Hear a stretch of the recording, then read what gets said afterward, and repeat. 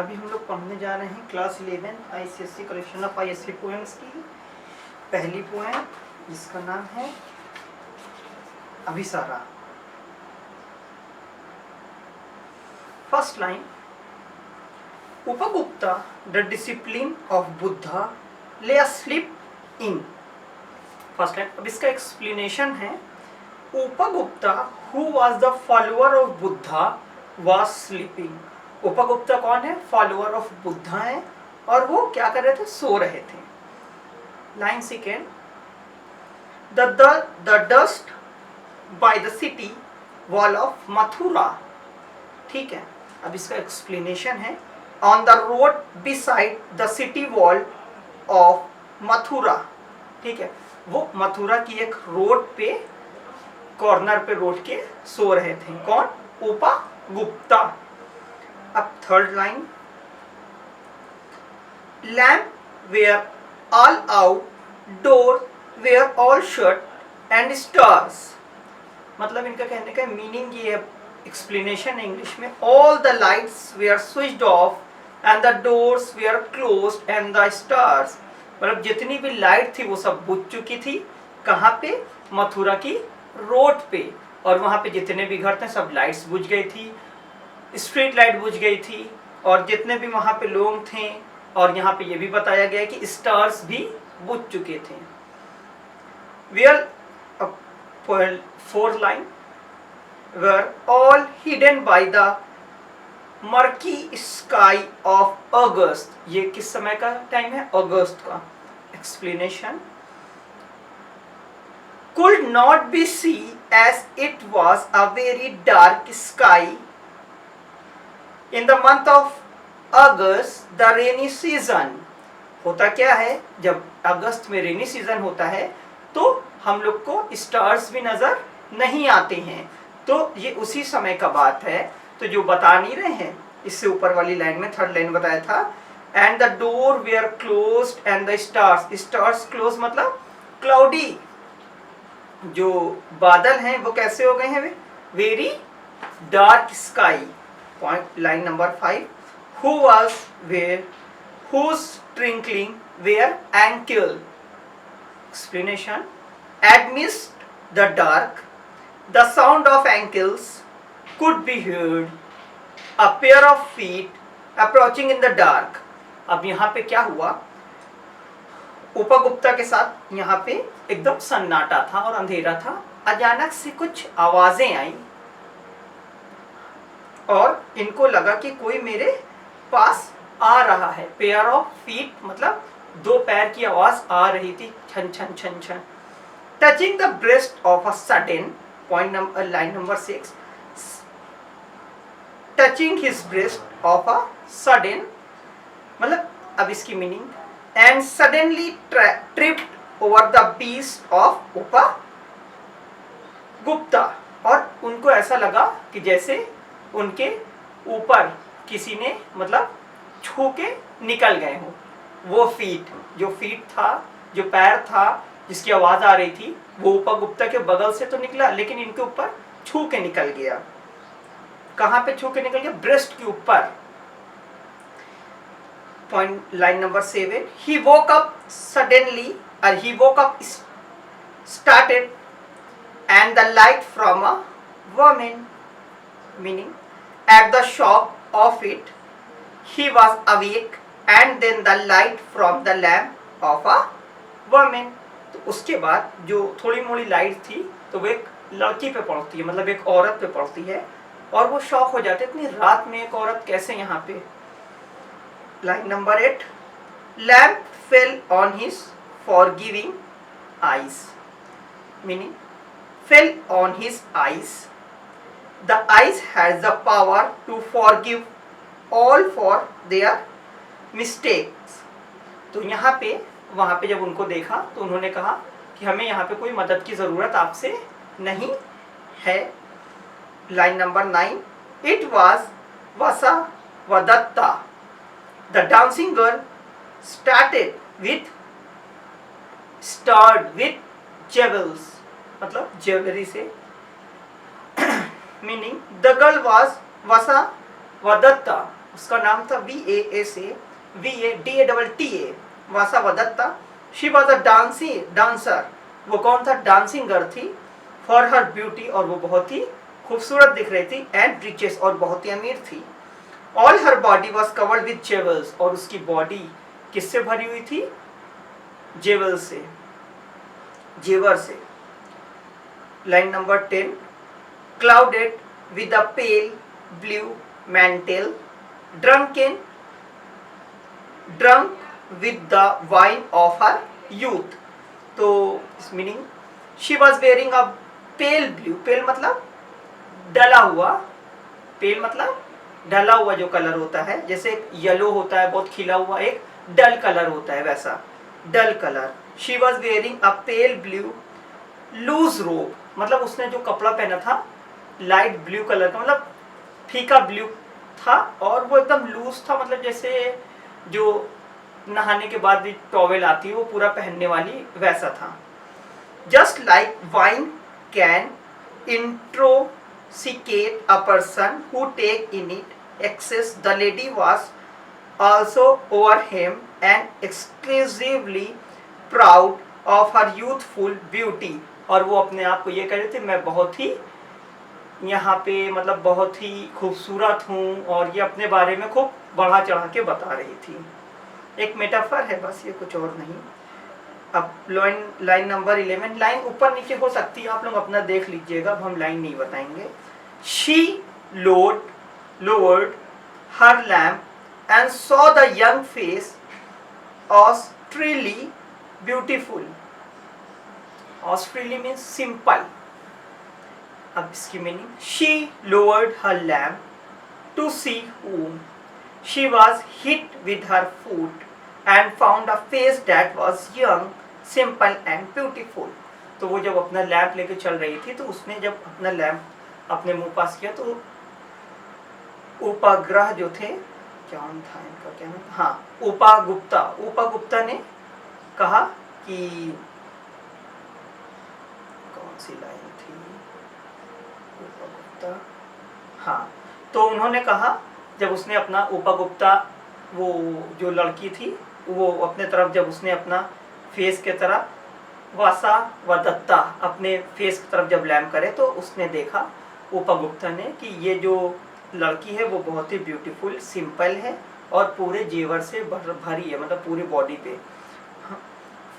Forgive me, young ascetic, said the woman, meaning the woman begged for forgiveness for the hermit। तो वो women इनसे क्या कह रही थी, चलिए अच्छा आप परेशान ना होइए, यहाँ पे आपको कुछ मिलने वाला नहीं, चलिए आप मेरे घर चल सकते हैं। Graciously come to my house, the dusky earth is not a fit bed for you। और वो रिक्वेस्ट भी कर रही थी, अब बताते हैं इसकी meaning. She requested man to come to her house as she thought the road was not a place fit for the man to rest। ये आपके लिए, मतलब वो लड़की इनसे कह रही थी उपगुप्ता से कि ये जो आपका यहाँ पे रहना है, जहाँ पे आप रोड पे हैं, ये आपके लिए फिट नहीं है, आप मेरे घर चलिए, वहाँ पे आपको शांति मिलेगी। The young ascetic answered, woman, go on your way, meaning the hermit told the woman, तो मतलब जो थे उसमें उन्होंने बोला, उपगुप्ता ने woman से, not to be bothered and go where she was going, और तुम जहाँ जा रही हो वहाँ जाओ। When the time is ripe, I will come to you, meaning he also said that, और उसने उपगुप्ता ने ये भी बोला, when times come, उसने क्या बोला, when times come, अगर समय, he was surely come to वासावदत्ता, तो उसने कहा कि अगर मेरा टाइम अच्छा होगा तो मैं खुद तुम्हारे पास आऊंगा। Suddenly the black night showed its teeth in a flash of lightning, meaning as it was a rainy season, suddenly the weather deteriorated and there was lightning। और वहाँ पे वेदर खराब था, जिसकी वजह से थंडर एंड लाइटनिंग होने लगी, बिजली कड़कने लगी, तेज हवा चलने लगी। ये पर्सोनिफिकेशन था एक। The storm glowed from the corner of the sky and the women trembled in fear, meaning the storm was approaching suddenly, जो स्टॉर्म था, आंधी था, वो एक बार की आ गए, from the corner of the sky and the women was afraid, और एक बार की जब यहाँ पे आंधी आ गई तो जो लड़की थी वासावदत्ता, तो वो एकदम से डर गई और वो क्या हुई, कांपने लगी। A year had not passed, एक मतलब अब यहाँ पे अब इसकी मीनिंग बताते हैं। A young was not yet over, एक साल भी नहीं बीता था, मतलब ये सब पूरा हो गया। उपगुप्ता एक मतलब मथुरा के रोड पे कॉर्नर पे लेटे हुए थे, यहाँ से एक वासावदत्ता गुजरती हैं, थोड़ा सा नाम में कंफ्यूजन हो रहा, वासावदत्ता यहाँ से गुजरती हैं, तो वो चलते चलते इनके ब्रेस्ट पे थोड़ा सा लग जाता है उपगुप्ता के जो लेटे रहते हैं, तो फिर वो उनको देखते हैं, वो अपने आप को बताते हैं कि मैं बहुत ही खूबसूरत हूँ, ये है वो है, आप यहाँ मथुरा के रोड पे ना सोइए, आप चलिए मेरे घर पे सोइए, ये आपके लिए फिट बेड नहीं है, आप मेरे यहाँ चलिए, वहाँ पे आपको आराम मिलेगा। तो उपगुप्ता इसको क्या करते हैं, डिनाइड कर देते हैं कि हम नहीं जाएंगे, अगर टाइम अच्छा होगा तो मैं खुद तुम्हारे पास आऊँगा। सडनली यहाँ पे रेनी सीजन होता है और यहाँ पे कुछ अच्छा एक बार की सीजन चेंज हो जाता है, जिसकी वजह से थंडर एंड लाइटनिंग होने लगती है। तो फिर यहाँ पे a year had not yet passed, meaning the year was not yet over. It was evening of a day in April in the spring, meaning it was an evening in the month of April. अप्रैल की शाम की बात है। The spring season इस वक्त होता है, अप्रैल में स्प्रिंग सीजन होता है, तो उस वक्त की बात है। The branches of the wayside trees were full of bloom, meaning the trees beside the road, जो ट्री था रोड के कॉर्नर कॉर्नर पे जितने भी ट्री थे, was all full of flowers, और सब में फूल्स खिल चुके थे, फ्लावर्स खिल चुके थे। Gay not a flute come floating in the warm spring air from afar, meaning happy notes were played in a flute which would be heard from a far away distance. जब अच्छा समय आता है तो सब लोग बहुत ही खुश रहते हैं। It reminded for all the beauty, love, hope and the happiness symbolic of the spring season, और स्प्रिंग सीजन क्या सिंबल करता है, beauty, love, hope, happiness, joy, ये सब सिंबलाइज होता है किसका, स्प्रिंग सीजन का। The citizen had gone to the wood for the festival of flowers, meaning all the citizen were enjoying the festival, जितने भी सिटीजन थे सब लोग अपने फेस्टिवल में खुश थे। Festival enjoying the festival of flowers in the forest, जो फॉरेस्ट में फेस्टिवल मतलब जो फॉरेस्ट में फ्लावर्स थे वो सब पूरा ब्लूम हो चुके थे, खिल चुके थे। From the mid sky gazed the full moon of the shadows of the silent town, meaning that night when the full moon was shining, उसी रात जो मून था वो फुल मून डे था, मतलब मून जो था वो पूरा फुल था, was shining brightly, और तेजी से चमक रहा था। and all the people in the town were sleeping, और उस वक्त सब लोग सो रहे थे टाउन के। the young ascetic was walking, ascetic मतलब उपगुप्ता, the young उपगुप्ता was walking in the lonely street, वो अकेले मतलब meaning उपगुप्ता was walking in the lonely street once again, वही स्ट्रीट पे जहाँ पे उपगुप्ता मथुरा की रोड के बिसाइड में लेटे हुए थे, वही स्ट्रीट पे उपगुप्ता एक बार फिर अकेले जा रहे थे। While overhead the love sick calls uttered from the mango branches their sleepless pain, P-L-A-I-N-T-S, plain. The coals could be heard singing their love sick, melodious, tireless, calling their loved ones from the mango tree nearby.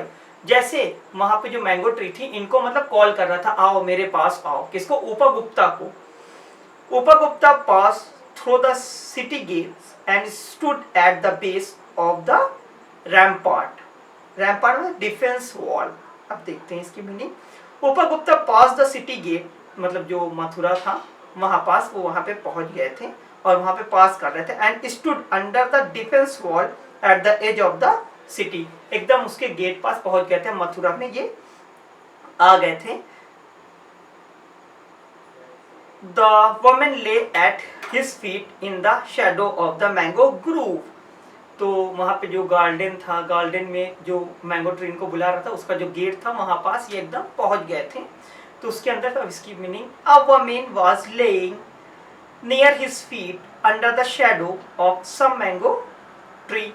तो एक वहाँ पे mango tree था, थोड़ी सी light आ रही थी, और light जहाँ पे नहीं आ रही थी वहाँ पे एक लड़की क्या हुई थी, मैंगो ट्री के शैडो पे लेटी हुई थी। Struck with the black pestilence, her body spotted with sores of small pox.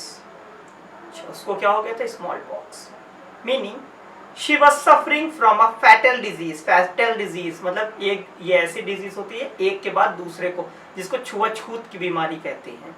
Her body was full of smallpox swelling. हाँ, तो इसके पूरे बॉडी पे क्या हो गया था, स्मॉल पॉक्स हो गया था।